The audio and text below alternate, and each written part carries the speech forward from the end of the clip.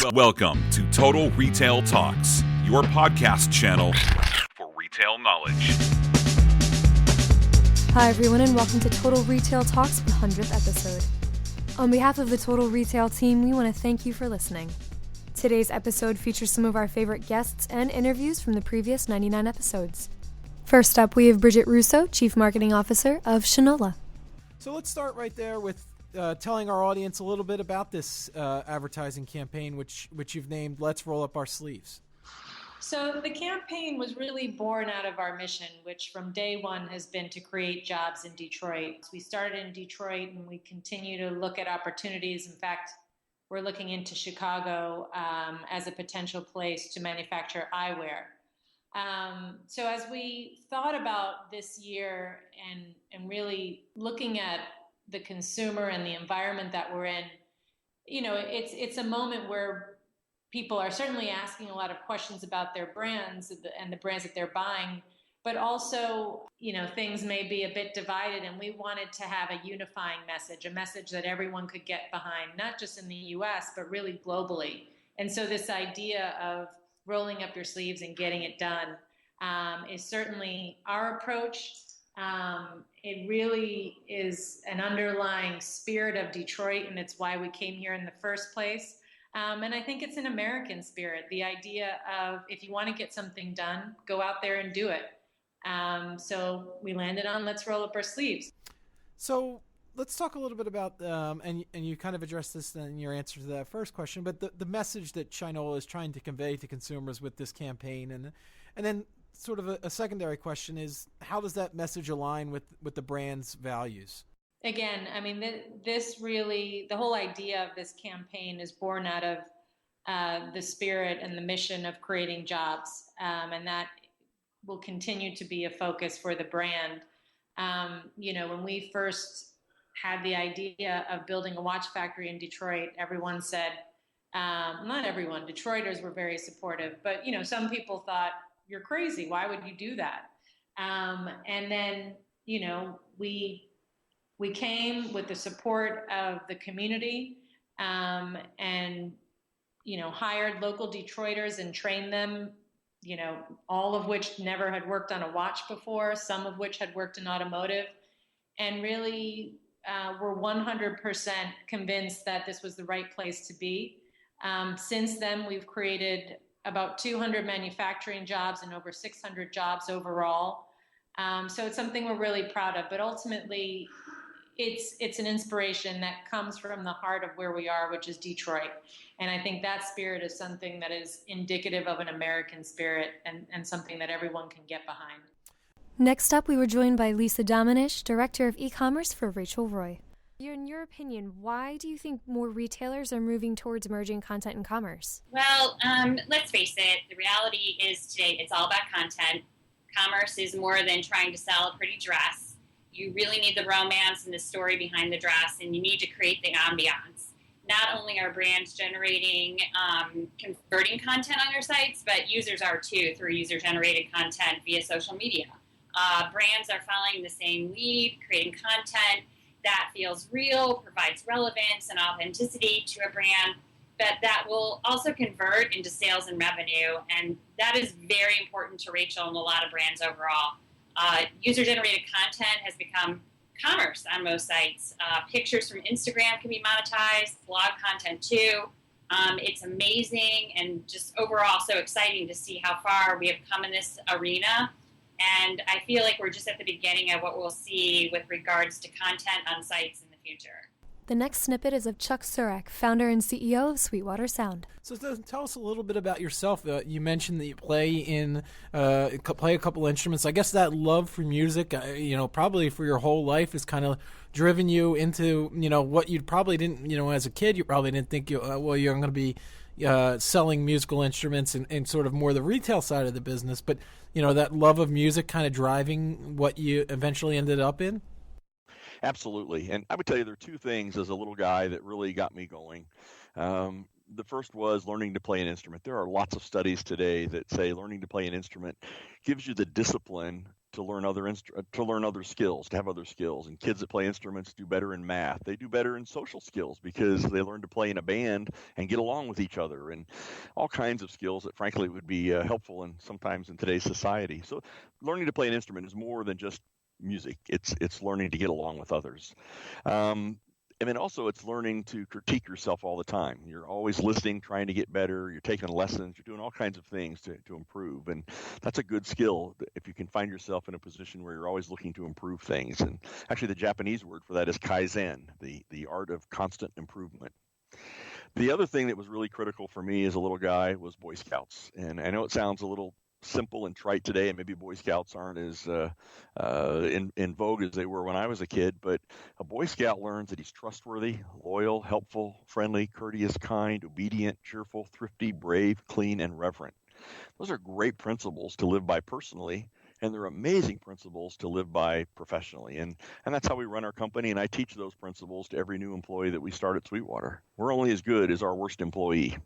That's a good segue into my next question, Chuck, is you mentioned kind of the humble beginnings of the company, out of your van and then, out of your home, and then you've grown it really into this really thriving and vibrant business. What do you attribute the growth and success of Sweetwater Sound? What are the factors that have gone into, growing this brand? Yeah, I don't want to be trite about it or make it simpler than it is. But it is pretty simple. It's just doing the right thing, treating people, whether it's your employees or your customers, the way they should be treated, the way you'd want to be treated. And I know that's a little simple today, but we're in it for the long term. And so everything we do, I teach all the new employees, I don't care if we make money on this transaction or the next transaction. I don't care, frankly, if we ever make money. I'm concerned with, are we doing the right thing for the customer? And I have fortunately found out that if we do the right thing for the customer, the money does come. But that's our big deal, is just always do the right thing. I've empowered all of my people to do whatever they need to do to make sure the customer is taken care of. Next up is Mark Friedman, President of E-commerce for Steve Madden. One more question, just as an industry leader, you've been in the industry for a while. What are some of the things that keep you up at night in terms of the retail industry? Oh, geez, I never sleep because there's so many things to keep me up at night. Look, I think that marketing costs are continuing to rise, mostly because the customer is shopping, continues to shop more differently than she did before. I think the number of touch points, whether it be an email that you get, or you going to Google for search, or then going and being retargeted on mobile or desktop, the number of touch points go up, and based upon attribution, more of those vendors are taking credit for the sale. So each sale becomes more costly. Then you've got cross-device, more and more customers starting their research on a mobile device, completing it on desktop, or vice versa. And to the degree you are not able to match that same customer, you could be making inefficient decisions. So the whole marketing cost thing keeps me awake. I think we continue to struggle with shipping costs, and companies out there that have figured out a way to make it free, and many others that don't. It's almost the cost of entry in business today to offer free shipping, and that's a problem for, I think, many retailers. So those are two things that keep me awake. Lastly, we have Daniel Arlick, founder and CEO of Grunt Style. We talked with Tom about customer service. I know that's a huge part. We were talking when we were having dinner about sort of the value that you've placed on treating your customers with the best experience every time they're going to engage with the brand. So you can talk about your customer service. Absolutely. So about a year ago, our customer service sucked. It was horrible, really bad, and it started with I was out on I was on some meeting or whatever like that, and I wanted to talk to one of my officers. Normally I just call him on a cell phone or annoy him on text or something like that. But I'm like, let me call through the company line just to see how it's doing. So we don't have much of an automated service, and because I just don't like that. I like talking to people. So so you call, it's thank you for calling Grunt Style. If you know your party extension, you can dial it anytime. Otherwise, stand by for customer service, and then someone picks up. If someone can't pick up right away, it'll tell you your hold time. So the the voice said my hold time was 70 minutes. I was like, no, I don't think so. Something's wrong. I hang up, I dial again, 71 minutes. And I was like, what? So then now I'm just calling a cell phone. I'm like, I don't know what's going on over there. This needs to get fixed now. And then as soon as I walked in the door, because I beeline straight into the building. I'm like, like a tornado going drill sergeant mode. I'm like, all right, I need 5 men from marketing. Get on those phones right now. I need 4 people from shipping. Get over here. Get this fixed. Why is it backed up? And and just attack. And then we start analyzing, what's going on. And obviously, customer service, as most of you guys know, is symptoms of the company. So if customer service is suffering, it's because something else is suffering or many parts are suffering. So long story short, I challenged the team to have a goal. I'm like, you know what? If we're going to do something, if customer service is really important to us, let's be the best in e-commerce, period. And what does that mean? So I said, I'm going to call it 2020. So I want 20 seconds on average for a phone pickup time. Someone dials, in 20 seconds they're talking to a human being. That's the standard. And I want a 20-minute turnaround on every single email that comes into our building. That's the standard. If you guys can do that for 30 days, I will wear dress in 6-inch pumps to our next Beer 30 weekly meeting. We have a kegerator in our dining facility, and then we celebrate all our successes for the week there. Yeah. So I'll wear a dress and heels. I don't know why that was important. And I'll take you guys out on a nice big stretched limo and fit all you guys in there and take you out for steaks downtown.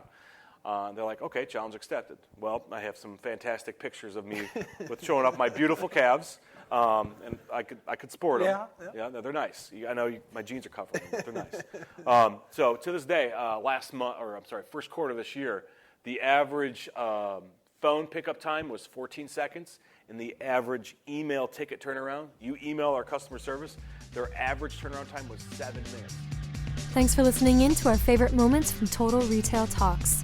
Don't forget to check out our other episodes on our podcast channel page at www.mytotalretail.com/podcasts. Total Retail Talks is available on iTunes, Stitcher, and Google Play, but please remember to subscribe to our podcast channel page as well. Lastly, don't forget to connect with us on social on Twitter at MyTotalRetail and on Facebook at facebook.com/MyTotalRetail. Until next time, this has been Total Retail Talks.